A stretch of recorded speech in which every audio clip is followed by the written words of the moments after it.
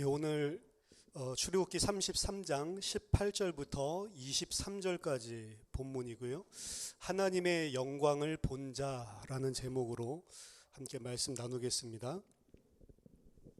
오늘 그 본문 첫 번째 33장 18절을 보면 모세가 이르되 원하건대 주의 영광을 내게 보이소서. 모세가 하나님께 하나님의 영광을 본인에게 보여달라고 요구를 하는 장면이 나오는데요. 이 왜 영광을 보여달라고 하지? 그걸 이해하기 위해서는 우리가 지난 시간에 계속해서 살펴왔었던 문맥 속에서 이 의미를 찾아야 됩니다. 지금 이제 32장에서 금송아지를 섬기고 우상 숭배함으로 말미암아서 모세가 하나님께 받아서 가지고 온 언약의 돌판이 깨지죠. 하나님과 하나님 백성 사이에 언약이 관계가 깨어지고 하나님이 죄된 그들과 함께 있을 수 없는 상황이 등장을 합니다. 이제 하나님께서 그들은 너무나 죄악되어서 만약에 그들과 내가 함께 있으면 나도 욱해가지고 그들 다 죽여버릴지 모르겠다. 그래서 나 그들과 함께 할 수 없다라고 이야기하고 하나님이 그들 가운데 계시지 않죠. 그때 이제 모세가 중보자로 하나님께 나아가서 진에 계실 수 없으니까 진 밖 멀리에다가 이제 캠프를 치고 텐트를 치고 그곳을 회막이라고 하고 이제 하나님을 만나죠. 하나님 만나서 이제 1대1로 하나님과 대화하는 내용이 이제 우리가 살펴봤었던 내용입니다. 거기서 이제 하나님이 모세랑 같이 이야기를 하는데 하나님께서 만약에 너희들이 장신구들 다 떼어내버리고 그러고 나서 가만히 기다려라. 그럼 내가 한 번 더 생각은 해보겠다. 이렇게 해서 이제 장신구 다 떼놓고 이제 기다리고 있는데 하나님 오셔서 하시는 말씀이 그래 내가 이 모세 너랑만 함께 하겠다. 모세 너를 데리고 너를 가나안 땅으로 함께 올라가겠다라고 이야기하니까 모세가 아닙니다. 이 백성이랑 당신 하나님의 백성이랑 함께 가셔야 됩니다. 라고 이야기를 하셨고 어제 지난 주간에 이제 마지막에 그래 내가 그 말도 내가 들어주겠다라고 해서 하나님이 이제 이 백성이랑 다시 올라가기로 한 것까지가 이제 지난주 본문이거든요. 그러고 난 다음에 오늘 모세가 내가 함께 올라가겠다라고 그럼 감사합니다 해야 되는데 갑자기 하나님 영광을 내게 보여주시옵소서 이렇게 나오는 겁니다. 그러니까 이 성경이 사실은 우리가 한 주 한 주 뚝뚝 떨어져서 보는데 매일매일이나 아니면 한목에 싹 다 봐야 이해되는 것들이 많이 있는데 일주일에 이 설교 말씀 한 번 듣고 아무것도 안 듣는 사람도 있거든요. 그 사람들을 위해서 앞에 거 다 설명을 해드린 겁니다. 계속 묵상하시는 분도 있는데 대부분 그렇지 않죠.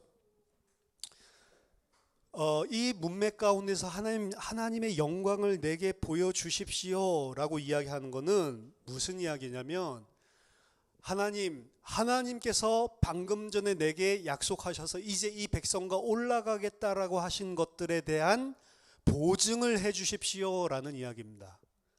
그래서 하나님 그 계약서로 써주세요. 오늘날로 치면 그냥 말로만 하지 말고 구두 계약 안 되니까 문서로 써주시고 도장 찍어주세요 라고 하는 것입니다. 그래서 분명하게 하나님께서 나와 그리고 우리 모든 이스라엘 백성과 함께 가나안 땅에 끝까지 올라가서 우리를 인도하시겠다는 거기에 대한 사인을 보증을 해달라라고 하는 이야기입니다.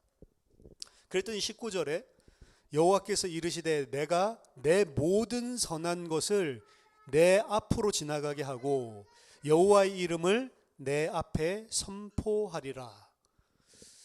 아니 이 영광을 보여주세요. 그럼 보여주겠다, 보여주지 않겠다라고 이야기하지 않고 여호와께서 이르시되 내가 내 모든 선한 것을 네 앞으로 지나가게 하겠다라고 이야기를 하죠. 이것도 다소 좀 예상치 못하는 약간 앞뒤가 안 맞는 그런 대답인데요. 모세는 하나님의 영광을 보여주세요. 분명히 이것은 하나님이 하나님의 백성과 함께 하신다라고 하는 보증을 뭔가 눈에 볼 수 있는 사인으로 달라고 이야기를 한 것인데 앞에서는 하나님이 하나님 백성과 함께 하신다는 사인을 몇 번 보여준 적이 있어요. 출애굽기에서. 그때는 무엇을 사인으로 보여줬냐면 구름 기둥 혹은 불 이런 걸로 보여줬습니다. 출애굽기 16장 10절에 보면 아론이 이스라엘의 자손의 온 회중에게 말하되 그들이 광야를 바라보니 여호와의 영광이 구름 속에 나타나니라. 영광을 보여주십시오. 그 영광은 원래 어떻게 나타났냐면 구름 속에서 나타났는데 그 구름이 어디에 있었냐면 지금은 진 밖에 멀리 떨어져 있는 이 회막에 있는 거죠. 그 구름이 원래는 어디 있었어요? 이스라엘의 진중에 있었다고요. 이스라엘을 호위하고 있었다고요.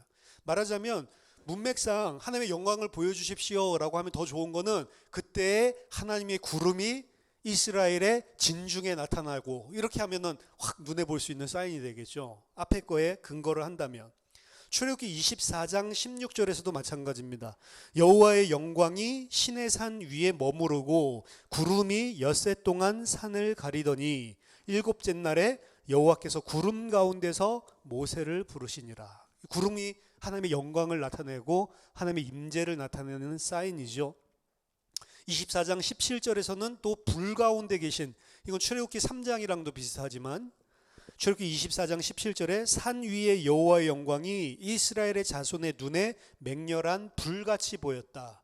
그래서 이스라엘을 광야길 인도하시는 하나님의 사인이 구름 기둥, 불 기둥으로 나타났죠. 그럼 여기서도 하나님이 우리와 함께 하시고 이스라엘 백성과 함께 하신다는 하나님의 영광을 보여주십시오. 그러면 앞에 이제 일어났던 사건상 가장 분명한 사인은 하나님의 영광의 구름이 그리고 하나님의 불 기둥이 다시 이스라엘 진중에 임하는 것, 그렇게 보면 사실은 가장 분명하게 하나님의 영광을 보여줄 수 있는데, 오늘 이야기하는 것은 여호와께서 이르시되 내가 내 모든 선한 것을 네 앞으로 지나가게 하겠다라고 이야기를 하는 겁니다. 이게 도대체 무슨 말인가? 이 유대인 학자죠, 그 사르나가 쓴 이 주석에 보면 이 선한 것이라고 하는 건 영어로 good, 그리고 우리가 창세기 1장에서 여호와 하나님 보시기에 좋았더라, 토브, 이죠, 토브, 좋다라고 하는 거. 고대 근동 지방에 이 체결을 맺었던 협약들 있죠, 조약 문서들. 그리고 성경에서도 마찬가지고 고대 근동 지방에 있었던 협약과 성경에서 언약을 체결할 때에 토브라고 하는 단어를 사용합니다. 굿. 이 단어는 언약적인 우정의 전문적이고 법적인 의미를 담고 있는, 오늘날로 치면 전문 법률 용어예요, 토브라고 하는 게. 그래서 이 모든 선한 것을 네 앞으로 지나가게 하겠다라고 하는 것은 아까 전에 모세가 요구한 게 뭐였죠? 하나님, 우리에게 하나님께서 그렇게 하실 것이라는 것을 볼 수 있는 증거를 주십시오, 글로 써주세요 라고 이야기를 하는 거랑 문맥상 똑같은 의미라고 했잖아요. 거기에 대해서 하나님께서 모든 나의 선한 것이 지나가게 하겠다라고 하는 거는 그냥 무슨 선이 훅 지나간다 이런 소리가 아니고 언약에 대한 체결의 법적인 법률 용어를 사용하고 있는 거라고요. 이거는 오경에서도 등장을 한 내용입니다. 창세기 32장 9절, 야곱에게 하나님 말씀하십니다. 야곱이 또 이르되 내 조상 아브라함의 하나님, 내 아버지 이삭의 하나님 여호와여, 주께서 전에 내게 명하시기를 네 고향 네 족속에게로 돌아가라, 내가 너에게 은혜를 베풀리라 하셨나이다. 여기서 내가 너에게 은혜를 베풀리라, 이건 우리나라 해석이고요. 원래 원문에는 내가 너에게 굿을, 토부를 행할 것이다. 이게 언약 체결의 확실한 법률적인 용어를 가지고 이야기를 하는 거라고요. 창세기 32장 12절에서도 주께서 말씀하시기를 내가 반드시 너에게 은혜를 베풀어서 네 씨가 바다에 셀 수 없는 모래와 같이 하겠다. 여기서도 은혜를 베풀어가 아니고 주께서 말씀하시기를 내가 반드시 너에게 굿을 행하겠다라고 하는 거예요. 선을 행할, 토부를 행하게 하겠다. 신명기 23장 6절에서도 너의 평생에 그들의 평안함과 토브를 영영이 구하지 말지니라. 그래서 이 토브라고 하는 것들을, 그래서 이런 용례들을 사르나가 쫙 다 정리를 했어요. 그래서 구약 성경과 그리고 고대 근동 지방에서 언약 체결 시에 드러나고 있는 단순하게 선함 이런 뜻이 아니고 법률 체계적인 용어다라고 이야기를 합니다. 따라서 오늘 본문에서 내 모든 선한 것이 네 앞을 지나가게 하겠다라고 하는 것은 지금 아까 출애굽기 32장에서 하나님과 백성 사이에 언약이 깨어졌죠. 그 언약 깨어진 것을 다시 재건한다, 새롭게 세운다, 재체결을 한다라는 의미예요. 그래서 오늘 본문 말고 다음 주에 살펴볼 34장에 뭐가 다시 만들어지죠? 두 돌판이 다시 만들어지는 거예요. 그래서 언약을 하나님께서 다시 이스라엘 백성과 세우시겠다라고 하는 이야기입니다. 그리고 그 언약을 체결하겠다, 언약을 다시 세울 것이다 라고 말씀하시고 난 다음에 뭐가 나오냐면 여호와의 이름을 너에게 선포하리라 라고 이야기를 하죠. 이것은 출애굽기 3장 14절 15절을 암시하고 있는 것입니다. 처음에 모세를 만났을 때 여호와의 이름을 내게 선포하리라 라고 이야기하는 것은 출애굽기 3장을 상기시키고 있는 거예요. 지금 언약을 다시 세우겠다라고 하면서 처음 모세를 불렀었던 출애굽기 3장 이야기를 하고 있는 겁니다. 거기서 하나님께서는 처음으로 모세에게 자신의 이름을 여호와로 알려주시죠. 그 이야기가 같이 등장을 하는 것이고, 지금 언약이 출애굽기 3장에서 하나님께서 시작하셨던 그 구원의 언약을 성취하신 것들이 지금 32장에서 깨어졌는데, 그 깨어진 언약을 다시 세우는 걸 이야기하면서 모세를 처음 부르셨던 그 이야기를 상기시키고 있는 겁니다. 따라서 출애굽기 32장의 재앙 뒤에 이제 하나님이 다시 새롭게 출애굽기 3장에서부터 시작하셨던 그 언약을 다시 재체결하시고 다시 모세를 리커미셔닝, 다시 재파송하면서 그 구원의 사역을 다시 새롭게 시작하는 것을 암시하고 있는 겁니다. 이제 모세는 출애굽기 3장에서도 부름받았지만 완전히 그 언약이 깨어지고 그 모세의 사역이 실패했는 것인데, 여기 출애굽기 32장 이후에 이제 다시 모세를 부르시고 다시 모세가 이스라엘 백성을 이끌고 가나안 땅으로 들어가도록 다시 한번 소명을 받는 그런 장면이 오늘 본문에서 이야기를 하고 있는 거예요.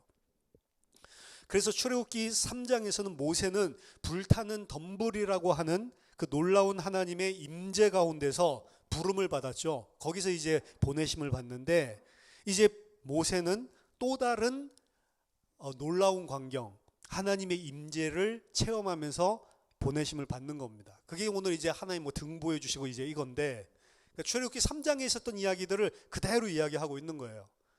그래서 완전히 하나님과의 관계가 끊어졌었던 그들을, 이제 모세를 다시 그들을 이끌 수 있도록 재파송을 하고 다시 세우고 언약이 다시 체결되는 장면들을 이제 33장 오늘 본문이랑 34장에 이제 계속해서 보여주고 있는 것입니다. 그래서 출애굽기 3장이랑 이제 동일한 걸 보면 여호와의 이름이 선포되었고, 그래서 또 다른 콜 내러티브, 소명을 받는 내러티브가 되고, 그리고 이제 하나님의 영광을 보여주는데, 원래 처음 부름 받았을 때는 이상하게 불이 계속 타고 있는데 덤불이 전혀 타지 않는 그런 희한한 광경을 보고 모세가 이게 도대체 무슨 일이지? 내가 이걸 좀 자세히 봐야 되겠다라고 해서 갔더니 여호와께서 이곳은 거룩한 곳이다 이러면서 신발 벗어라. 이제 거기서 이제 여호와의 사자를 혹은 여호와를 막 헷갈리죠. 처음 보니까 누군지 모르는, 근데 이제 나중에 여호와 하나님 같다 뭐 이제 이런 건데, 이제 그런 하나님과 처음 만나고 이스라엘 위에서 파송받는 그런 장면이 등장을 했었죠. 근데 오늘 이 본문에서는 이제 하나님의 영광을 그 차원이 아니고, 가시덤불이 타고 있었는데 이상하게 가시덤불 왜 그만 있지? 그 정도의 놀라운 광경이 아니고, 오늘 본문을 치자면 마치 하나님을 물리적인 눈으로 직접 본 것과 같은 임재를 보여주는 걸로 오늘 파송을 합니다. 그러니까 출애굽기 3장보다 훨씬 더 사실은 오늘 보여주고 있는 이게 강도로 본다면 훨씬 더 강하고 선명한 것이죠. 근데 그 본문으로 이어지기 전에 33장 19절 후반부에 보면 뜬금없이 나는 은혜 베풀 자에게 은혜를 베풀고 긍휼히 여길 자에게 긍휼을 베푸느니라. 이 말이 등장을 하죠. 이 말은 하나님의 은혜와 긍휼이 하나님의 마음대로 임의적으로 하나님이 뜻하시고 원하시는 자에게 베푸신다. 뭐 그것도 맞는데요. 맞죠? 하나님이 택하시고 하나님이 은혜 주셔서 구원하시는 거니까 그 말도 맞는데, 오늘 본문 속에서 이야기하고 있는 것은 특별히 이스라엘 백성과 관련해서 이야기를 하고 있는 것입니다. 내가 이제 언약을 체결하고 모세를 다시 세워서 그들과 함께 나가는 그 언약 문을 이제 다시 완전히 회복하고 새롭게 갱신을 할 것인데, 그 언약을 같이 맺을 이스라엘 백성이 어떤 자냐? 하나님이 은혜 베풀 수 있는 자가 아닌 거예요. 하나님이 긍휼을 베풀 수 있는 자가 아닌 것입니다.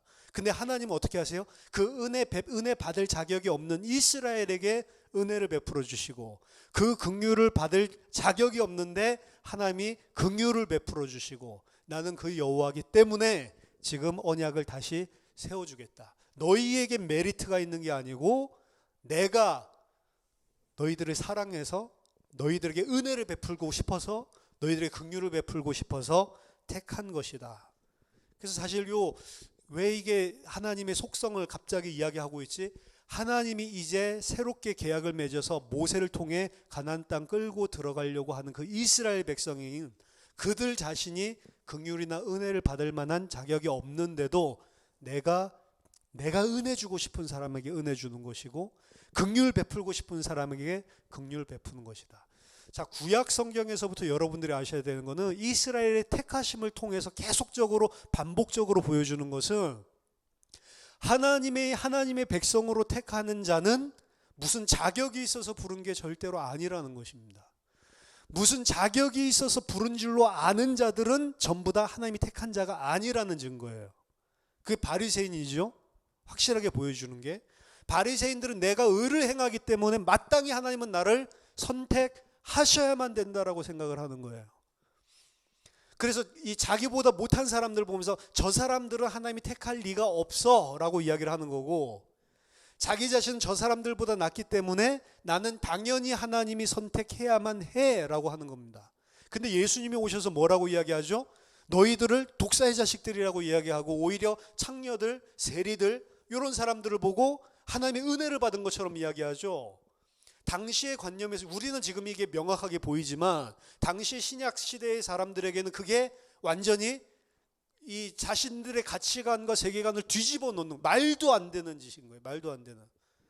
어떻게 저 사람들을 갖다가 하나님이 의롭다고 칭하죠? 어떻게 하나님 저 사람들과 함께, 우리 바리새인처럼 하나님 말씀 열심히 잘 지키는 사람이랑 함께 하지. 근데 그 둘 간의 차이는 하나예요.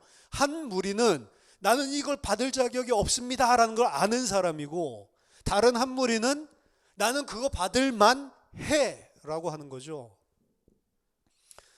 진짜 하나님의 백성은 받을 만한 것을 하면서도 불구하고 이것 가지고는 터무니도 없다. 왜?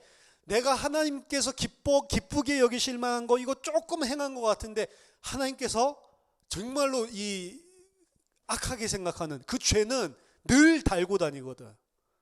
그걸 인식 못한다는 거예요. 그러니까 하나님 앞에 내세우는 거죠. 하나님 앞에 자랑하는 거죠. 부족한 걸 깨닫는 게 훨씬 더 하나님의 은혜라고. 내가 죄인이군. 내 이 모습 가지고는 설 수 없구나. 제가 자주 하는 이야기지만, 마지막 날에 하나님 앞에 내가 떳떳하게, 내가 자랑스럽게 구원받아야지, 하나님 앞에서 무슨 불쏘시개 같이 불에서 겨우 타다가 건짐받는 그런 구원받아서 어떻게 되겠냐. 난 부끄러워서 안 된다. 난 하나님 앞에 당당하게 설 수 있는, 아니요, 하나님 앞에 당당하게 설 수 있는 뭔가를 해서가 아니고, 하나님 앞에 당당하게 설 수 있는 이유의 근거는 다른 데 있습니다. 내가 이거 했으니까 그게 아니고, 그리스도 예수의 피로 말미암아 담대히 그의 은혜의 보좌 앞에 나갈 수 있는 거지, 다른 것으로는 없단 말이에요. 내 것을 가지고 본다면 나는 하나님 앞에 설 수 없다라고 느끼는 게 당연한 하나님의 백성의 모습이라고요. 그거 못 깨달은 사람은 하나님의 백성 아닙니다.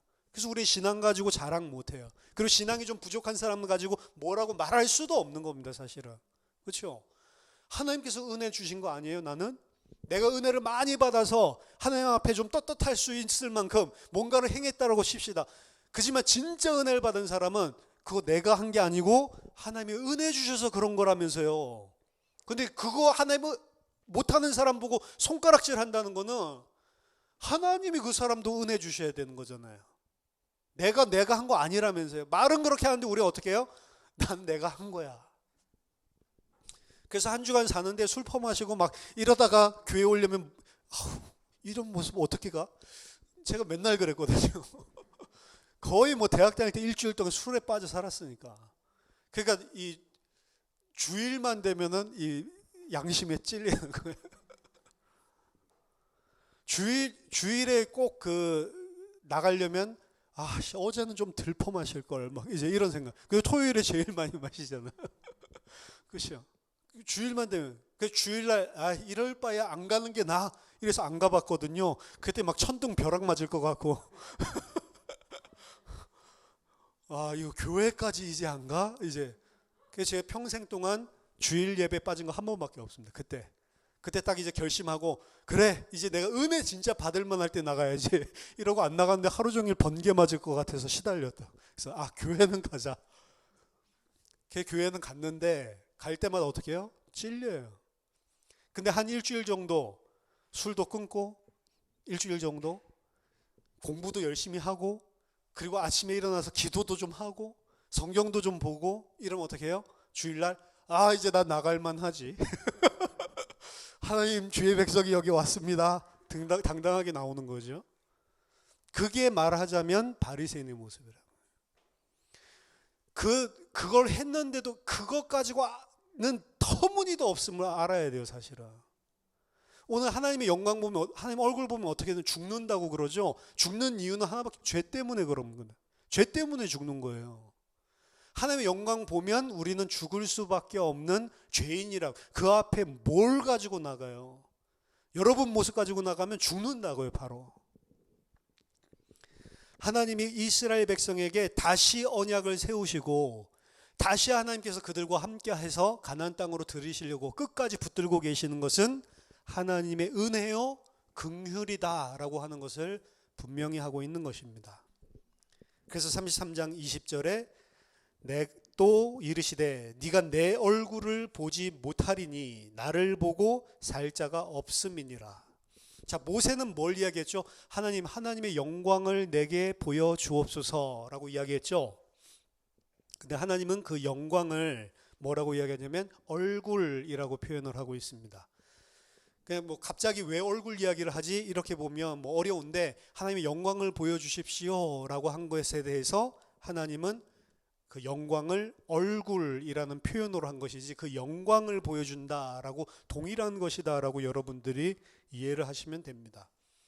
사실 모세가 하나님을 대면해서 이야기했다고 원래 나오지 않았나요, 앞에? 근데 오늘 뭐라고 말씀하시죠? 얼굴 보면 너 죽는데? 라고 이야기하시죠. 그래서 제가 그 대면에서 이야기할 때 그 설교했을 때 분명히 이야기했죠.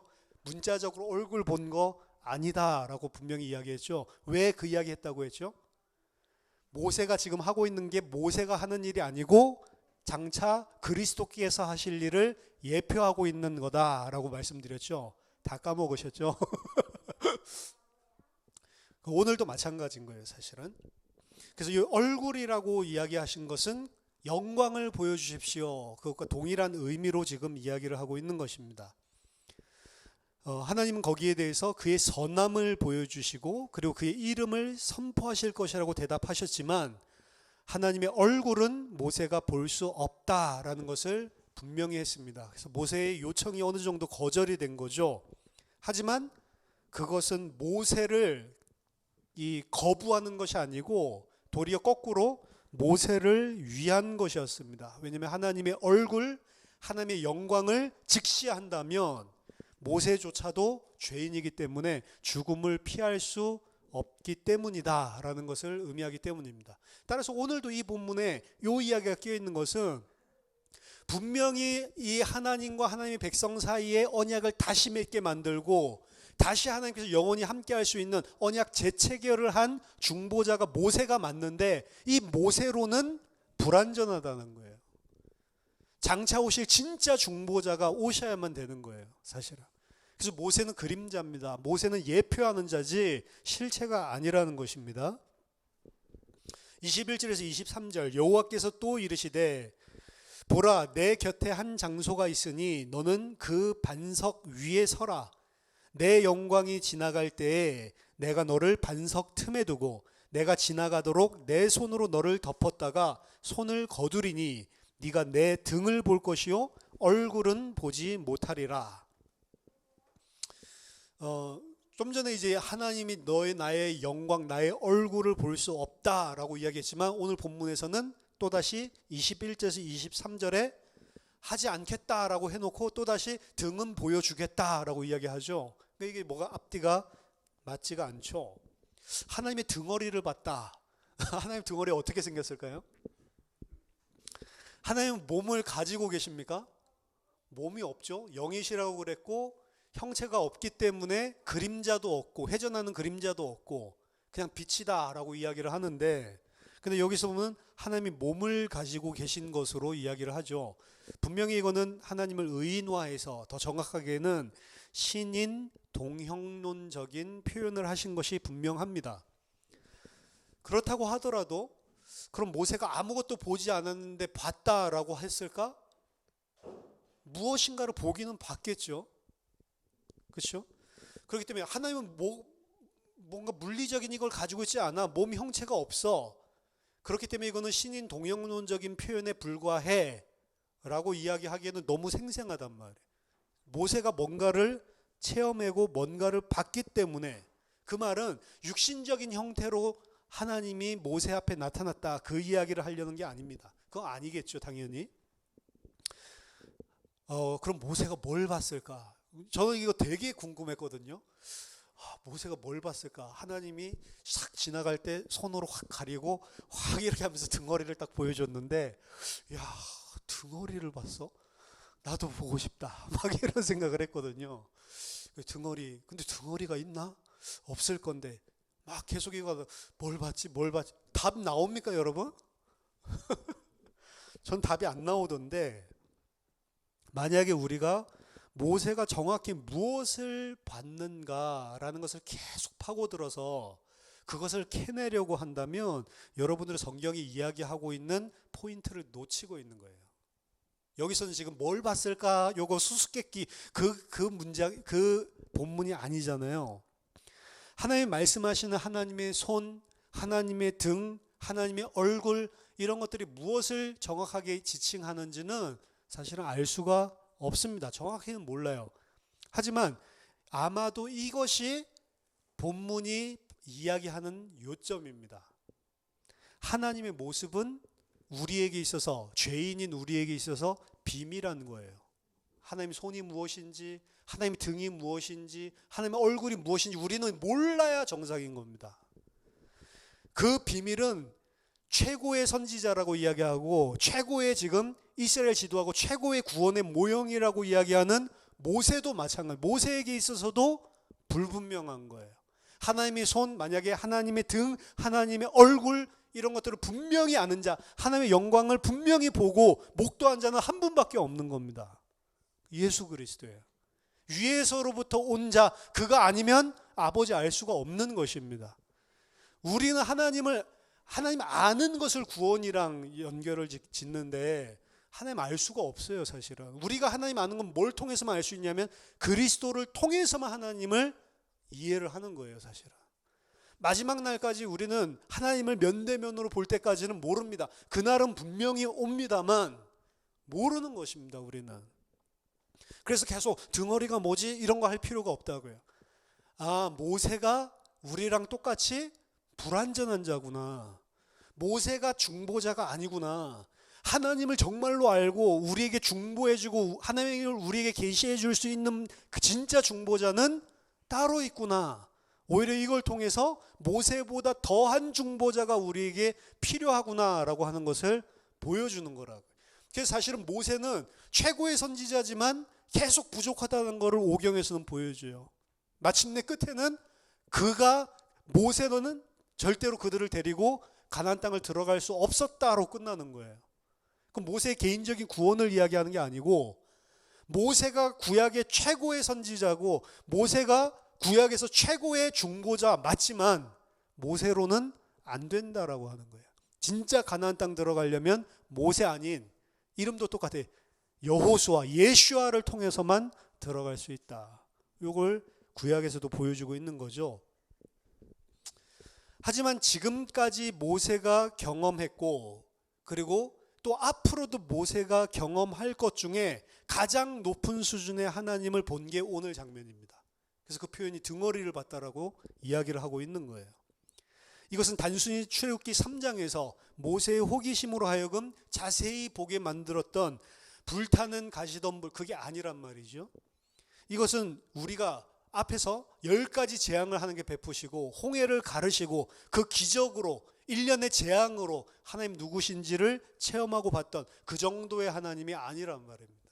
그리고 무슨 만나를 주시고 메추라기를 주시고 반석에서 물을 주시고 하나님의 능력을 보여주시고 기적을 보여주셨는데 그 정도의 이해 수준이 아니라 지금까지 어떻게 본다면 아브라함에게 하나님께서 언약으로 나타나신 이후 사실은 이 모세만큼 하나님에 대해서 정확하게 계시를 받고 그 영광을 본 사람은 없는 것입니다. 사실 구약에 그래서 최고의 선지자고 모세처럼 하나님과 대면해서 말한 자가 없다라고 이야기를 하는 거예요.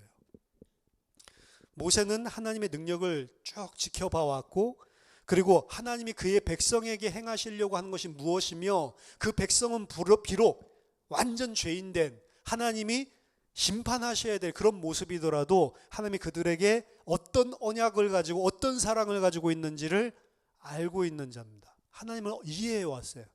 하나님을 전혀 몰랐던 출애굽기 3장에서 지금 출애굽기 33장에 서 있는 모세의 모습은 완전히 바뀌어서 하나님이 누군지를 알았어요. 어떤지를 이해해 왔습니다.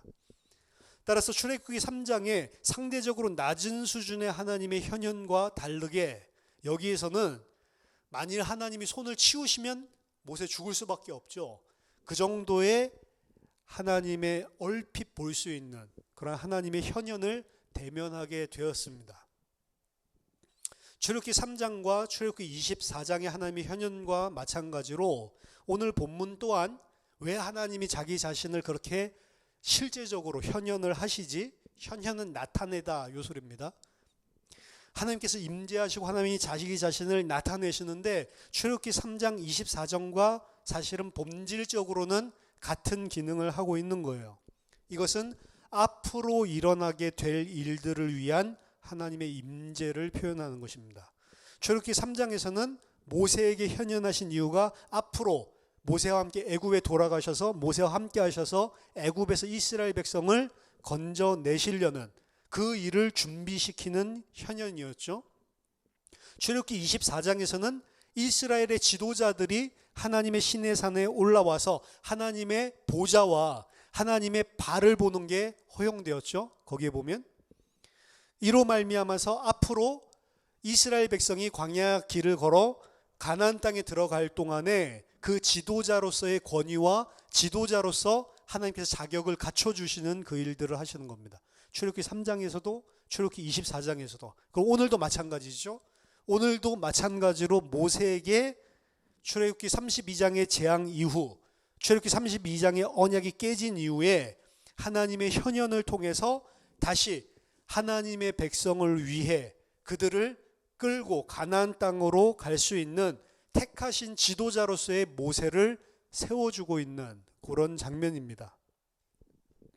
그래서 오늘 본문 전체적으로는 사실은 뭐 그렇게 많은 내용이 있지는 않지만 두 가지를 조금 생각해 보고 싶은데, 첫 번째 제가 계속해서 말씀드렸지만 모세는 예수님의 예표입니다. 모든 성경은 사실은 예수님을 보여주는데 구약 성경에 있는 모든 인물들, 사건들은 예수님을 그림자로 모형적으로 보여주고 있는 것이고, 그들 중에 오늘 모세를 예수님의 그림자로 예표로 보여주고 있는 겁니다. 언약을 깨트린 하나님의 백성. 중요한 거는 언약을 깨트린 그냥 사람, 인류가 아니고 언약을 깨트린 하나님의 백성입니다. 하나님의 백성인데 언약을 깨트리고 하나님의 백성인데 죄를 짓는단 말이에요. 모든 죄인을 다 살리는 게 아닙니다. 하나님이 택하신 백성들이 있어요. 근데 그들은 역사 속에서 어떤 모습으로 드러나냐면 불신자랑 똑같은 모습으로, 아니 더 추악한 죄인의 모습으로. 왜냐? 언약을 줬는데도 불구하고 그 언약을 깨트려요. 그런 모습으로 드러납니다.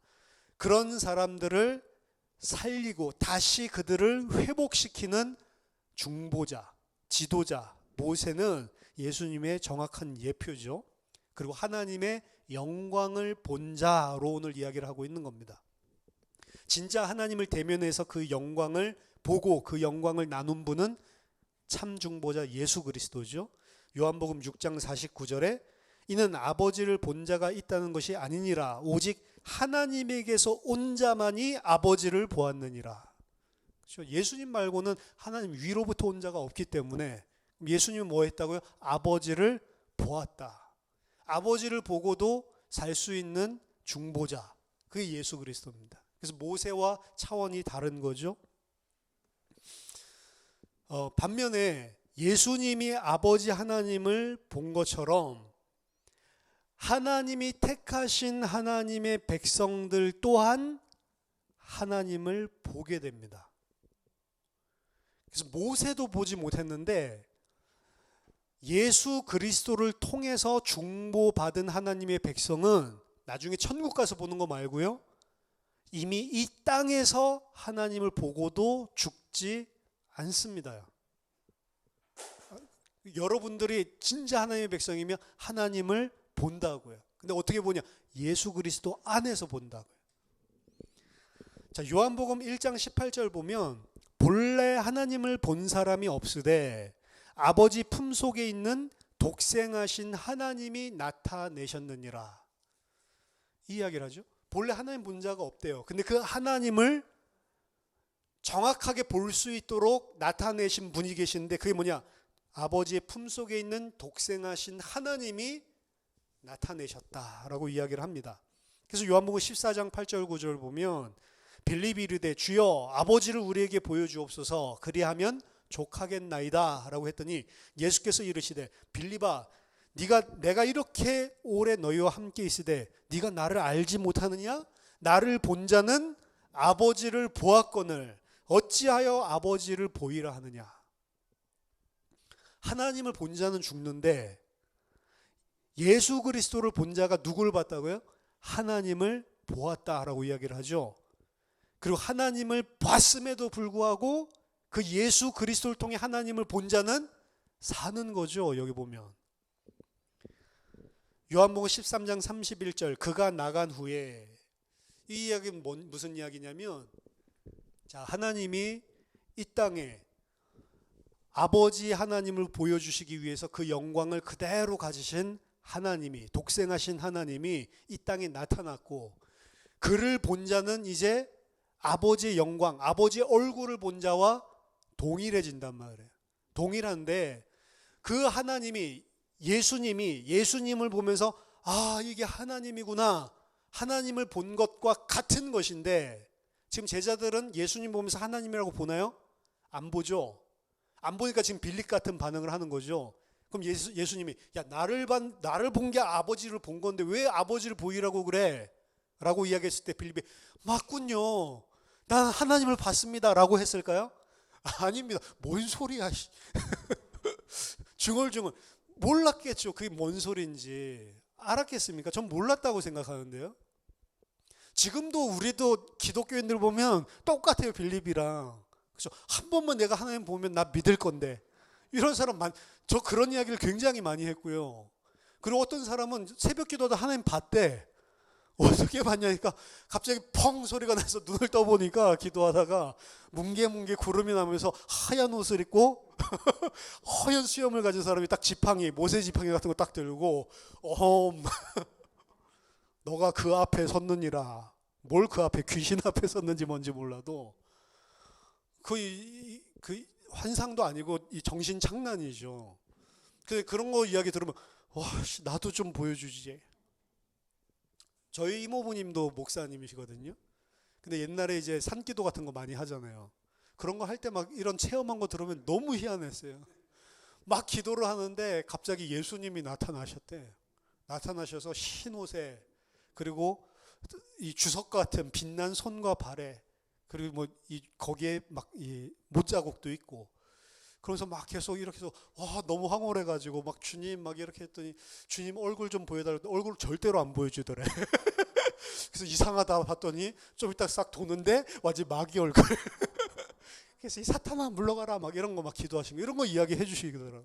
근데 그런 것들 와씨 그래 난 예수님 안 봐도 좋으니까 그런 이상한 귀신이라도 한번 보면 좋겠다. 그럼 이 영적인 뭐 세계가 진짜로 있구나 이런 것들을 좀 체험할 수 있으니까. 그래서 저는 뭐 아무것도 안 나타나더라고.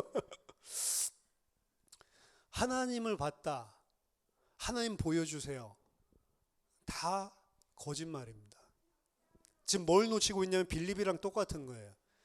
하나님 우리가 볼 수 없어요. 하나님 보면 어떻게 돼요? 우리 죽는다고요. 우리가 하나님을 볼 수 있는 거는 예수 그리스도를 통해서만 그 영광을 볼 수 있는데 그 영광이 하나님의 영광을 반사하는 것이 아니고 하나님 자신이라니까요. 하나님 자신의 영광을 이렇게 전달해 주는 자가 아니고 예수님은 하나님 자신이 나타내 주신 거라니까요. 그게 성경에서 이야기하고 있는 포인트예요. 성경에서 어디 삼위일체가 있냐? 삼위일체란 말은 없는데 하나님과 동등된 분이라는 하나님의 본체고 참 하나님이시라는 부분을 반복적으로 이야기를 하고 있다고요. 그래서 빌립이 이야기하는데 아버지 보여주세요. 아버지를 보여달라고? 내가 너희랑 지금 3년 동안이나 함께 있는데 어떻게 아버지를 나한테 보여달라고 이야기를 하냐? 그 요한복음 아버지와 나는 하나다라고까지 이야기를 하죠. 그 아버지 하나님을 왜 빌립은 그럼 못 봤을까요? 요한복음 그래서 13장 31절에 보면 그가 나간 후에 예수께서 이르시되 지금 인자가 영광을 받았고 하나님도 인자로 말미암아 영광을 받았도다. 그가 나간 후에 그건 누구냐면 가룟 유다입니다. 가룟 유다. 예수님이 만찬하시면서 가룟 유다에게 사실은 말씀하신 건데 여기 중에 마귀 한 명 있다라고 이야기하면서 그 활자가 오늘 나를 팔 거다라고 이야기하고 나랑 같이 떡반죽에 손 같이 집어넣는 사람 그 사람이 범인이다라고까지 이야기를 하셨죠. 그러고 난 다음에 네가 행할 걸 행해라라고 했더니 얘가 나가죠. 그리고 예수님을 팔아먹는데 그 예수님을 팔려고 가룟 유다가 나가는 그 사건을 보고 예수님 뭐라고 이야기하시냐면 지금 인자가 영광을 받았다라고 이야기를 해요. 왜 빌립을 포함해서 예수님을 본 자가 아버지 하나님 못 보는 줄 아십니까? 예수 그리스도가 이 땅에서 보여준 하나님 아버지의 영광은 어떤 영광이었냐? 십자가에 달려서 죽는 영광이었어요. 그러니까 그 안에서 아버지를 못 보는 거예요. 예수 그리스도의 모습이 제자들 봤을 때도 좋은 랍비같이 보이지 진짜 하나님 아버지 영광이 안 보인다고요. 만약에 좀 더 높여서 이가 지금 오셔서 우리를 갖다가 회복할 메시아다라고 본다 하더라도 그 메시아도 이 제자들 12제자들 지금 관념 속에는 어떤 메시아예요? 이스라엘을 로마로부터 회복시켜줄 정치적인 경제적인 그런 지도자로 보고 있기 때문에 군사적인 지도자 예수 그리스도를 보고 하나님을 보지 못한단 말이에요. 어느 정도로 봐요? 육신적인 한 뛰어난 하나님이 세우신 모세 정도의 중보자 모세도 아닌 것 같아요. 제가 봤을 때 모세 수준도 안 되는 것 같아요. 그런 수준 다윗 수준도 안 되는 그런 자를 메시아라고 생각하고 그분이 예수님이다라고 생각을 하고 있는 거예요. 그러니까 아버지를 못 보죠. 그러니까 아버지를 좀 보여주세요 라고 이야기를 할 수밖에 없는 거죠. 여러분들이 진짜로 예수님을 안다면 하나님 아버지의 영광을 내게 보여주십시오 이런 말을 안 할 것인데 그 아버지의 영광을 그 예수 안에서 못 본 자는 그거 보고 싶어 하는 거예요.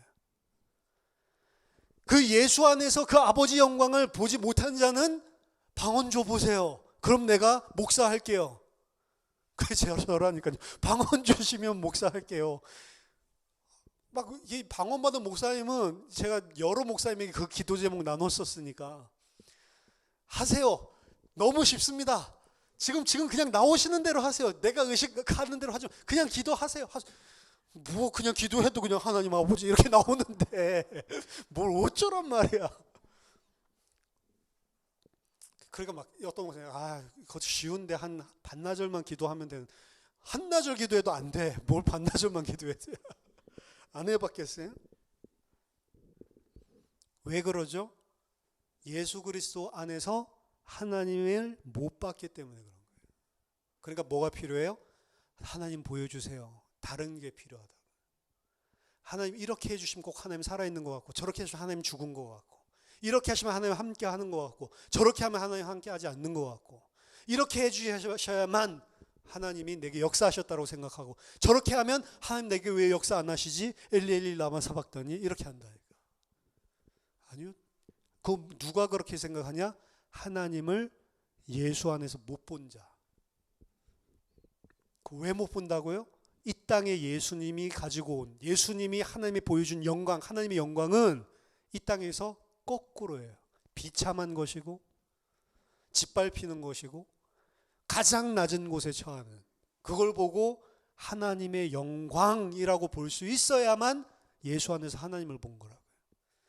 그래서 십자가에서 죽은 그 예수를 유대인들은 부끄러워했고, 헬라인들은 미련한 것이라고 이야기했는데, 그 십자가에서 예수 그리스도를 하나님의 영광으로 본 자들은 우리에게 구원을 주시는 하나님의 능력이 된다라고 이야기를 하는 겁니다. 참빛, 요한복음 1장 9절, 곧 세상에 와서 각 사람에게 비추는 빛이 있었나니 그가 세상에 계셨으며 세상은 그로 말미암아 지은 바 되었으되 세상이 그를 알지 못하였고 자기 땅에 오매 자기 백성, 유대인이죠, 자기 백성이 영접하지 아니하였으나 영접하는 자 곧 그 이름을 믿는 자들에게는 하나님의 자녀가 되는 권세를 주셨으니 이는 혈통으로나 육정으로나 사람의 뜻으로 나지 아니하고 오직 하나님께로부터 난 자들이니라. 말씀이 육신이 되어 우리 가운데 거하심에 우리가 그의 영광을 보니 아버지의 독생자의 영광이요 은혜와 진리가 충만하더라. 뭘 봤다고요? 우리가 그의 영광을 보니, 이게 아버지의 독생자, 하나님 아버지의 영광이구나. 예수, 이 땅에서 십자가에서 죽으신 그 예수 안에서 하나님의 영광을 보는 자들. 근데 그 영광을 어떻게 하신다고요? 너희에게도 동일하게 나누어 주기를 원하신다고요.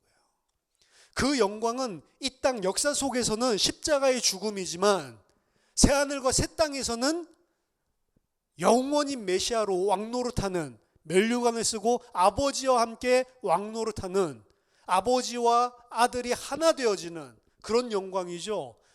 우리들도 똑같이, 성도들도 똑같이 이 땅에서 예수님께서 받으신 그 영광을 보고 그 영광 속에 살아가는 자들이 장차 그 합당 영광도 받게 되는 거예요, 사실은.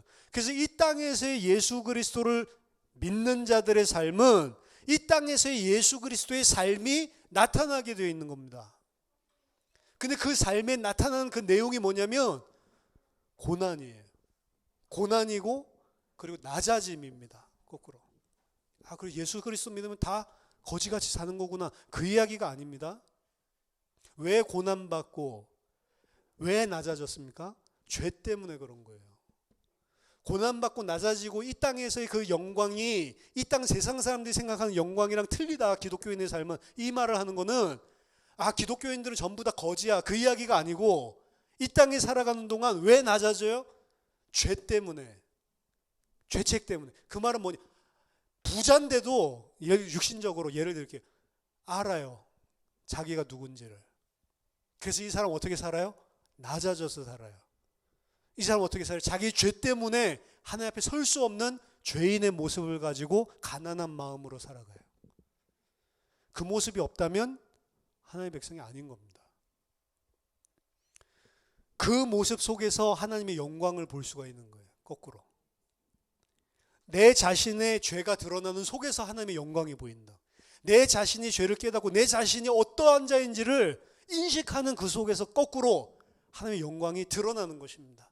근데 이 땅의 종교, 이 땅의 율법은 전부 다 성경을 들고 있는 기독교인들, 기독교인이라고 말하고 있는 자들도 어떻게 바꾸어 놓냐면 이 땅에서 우리가 하나님의 백성으로 부끄러움이 없는 자가 되기 위해서 열심히 살고, 그 부끄러움 없는 자가 되면 어떻게 하냐? 하나님 앞에 목을 빳빳이 들고 다른 형제들 볼 때 저거는 어때? 저거는 지적질하고 그러면서 살아간다고요.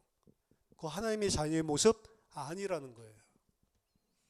그렇게 살 바에야 삶을 지지리도 못 살아가지고 하나님 나는 은혜가 필요한 사람, 이게 차라리 낫다. 아, 그래서 죄 지어야 되는구나. 그 소리도 아니라니까. 차라리 낫다라고 이야기를 하는데 차라리 나은 게 아니고 그 사람도 은혜 안 주면 그냥 죄인인 거예요. 가장 중요한 거는 우리 인간의 죄성 중에 가장 도드라지는 거는 내가 뭔가를 하면 그걸 가지고 항상 나의 가치를 높이고 내 자존감 세우고 하나님의 자리에 서려고 한단 말이에요. 그게 인간의 죄인데 항상 그 자리에서요. 근데 하나님의 영광을 예수 그리스도 안에서 본 자, 아버지를, 나를 봤는데 너 아버지 못 봤어? 그 아버지를 본 자들은 어떻게 살아가냐? 이 땅에서 그 예수 그리스도의 영광을 함께 나누면서 살아갑니다. 그래서 자기 자신이 잘했는데도, 예수님 자기 자신이 잘했는데도 죄가 되셨듯이 자기 자신이 잘했는데도 잘한 거 가지고 하나님 앞에 쓰는 게 아니고, 내가 아무 가치 없는 인간인데 왜 이런 나를 위해 십자가에서 죽으시고 왜 이런 나를 살리셨을까? 라고 하면서 산다. 그 사람이 하나님 아버지의 영광을 본 자들이에요. 그래서 우리는 이 땅에 살지만 그 예수 그리스도를 통해서 하나님 아버지 영광을 본 자들이라면 예수님 분명히 말씀하십니다. 너희들은 이미 아버지를 보았다라고 이야기를 하는 거예요. 하나님 보면 잘 믿겠습니다. 아니요, 예수님 보시면 돼요. 그 예수님을 보고 그 예수님 안에서 그 하나님이 진짜로 여러분들 속에 부딪혔다면 그게 하나님을 본 것입니다. 하나님 막 새로운 게 아니에요. 천국 가면 하나님 얼굴 보면 어떨까? 그런 거 아니라니까요. 이 땅에서 하나님을 보고 살아가는 자들이에요. 모세를 통해서 이제 하나님이 다시 언약을 체결하고 이스라엘과 함께 하시죠. 이제 어떻게 함께 하시죠? 구약에서는 구름 기둥, 불기둥으로 또 함께 하십니다. 이제 또 그렇게 함께 하실 거예요. 예수 그리스도를 통해서 하나님을 본 자들, 하나님 어떻게 함께 하신다고요? 성령으로 함께 하신다라고 이야기했죠. 성령은 어떻게 우리와 함께 하세요? 성령이 하시는 것은 말씀으로 의와 죄와 심판이 무엇인지를 깨닫게 하는 방식으로 함께 하십니다.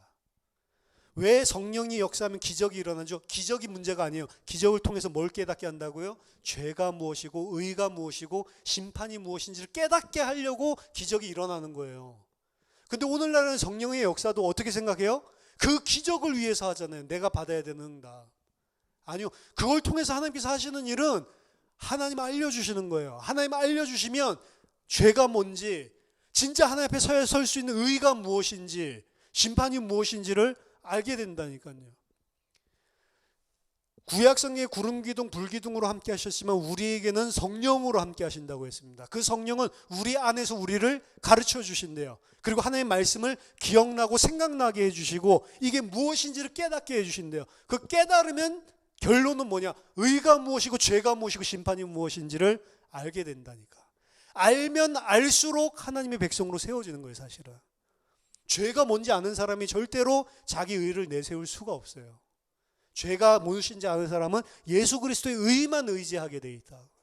그렇죠? 그 사람이 심판대 앞에서 하나님의 백성이라 칭함받을 자입니다, 사실은. 다른 것으로는 심판을, 딱 이 의와 죄의 기준에 의해서 심판하신다고. 성령이 있는 사람은 그걸 안다고요. 그러니까 절대로 사람 앞에 교만할 수도 없는 것이고 절대로 하나님 앞에서 내 의를 내세울 수도 없는 것이고. 그래서 오늘 모세는 예수 그리스도의 예표이기도 하지만 둘째로 이스라엘을 예표하는 대표자이기도 하죠. 하나님의 영광을 보는데 어떻게 보냐면 오늘 본문에 이렇게 표현되어 있습니다.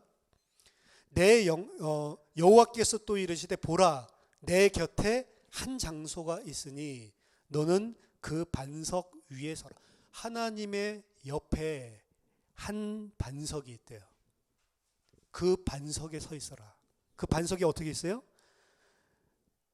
내 영광이 지나갈 때에 내가 너를 반석 틈에 두고 내가 지나가도록 내 손으로 너를 덮어두었다가 손을 거두리니 네가 내 등을 볼 것이다. 하나님을 보면서도 죽지 않게 하는 방법이 뭐냐? 반석 틈에 있는 거예요. 근데 그 반석 틈에 있는데 그 반석이 어디 있다고요? 하나님 옆에 있는 반석이래요. 누구죠? 예수 그리스도죠. 우리는 예수 그리스도의 반석 틈에서 하나님의 영광을 봐야지만 죽지 않는 것입니다. 그렇죠? 모세 또한 죄인이고 모세 또한 온전한 중보자가 아니기 때문에 예수 그리스도 안에서만 하나님을 본 것처럼 우리도 그 반석 틈에서만 예수 그리스도를 볼 수 있는 거예요. 근데 어떻게 우리가 잘나서 하나님 볼 수 있는 것처럼 이야기를 할 수가 있는가요? 불가능한 것이죠. 제가 많은 그 교회 설교들이나 그리고 또 간증이나 이런 것들을 보면 오늘 제가 말씀드린 것과 반대로 하는 케이스가 너무나 많아요. 정말로 하나님이 함께 계신 증거도 다른 증거고 하나님이 함께 하신다는 기준 자체가 완전히 다르고 그리고 자기가 행한 것 가지고 마치 자기 의인 것처럼 내세워요. 간증 들어보면 거의 간증이 하나님이 함께 하신다는 기준도 다르고 그리고 간증의 내용 결론 자체가 뭐를 불러일으키느냐면 나도 기도해서 나도 저런 사람처럼 저렇게 해서 저런 응답 받아야지 요거를 불러일으키는 간증이에요. 거꾸로입니다. 간증을 제대로 하면 뭘 느껴야 돼?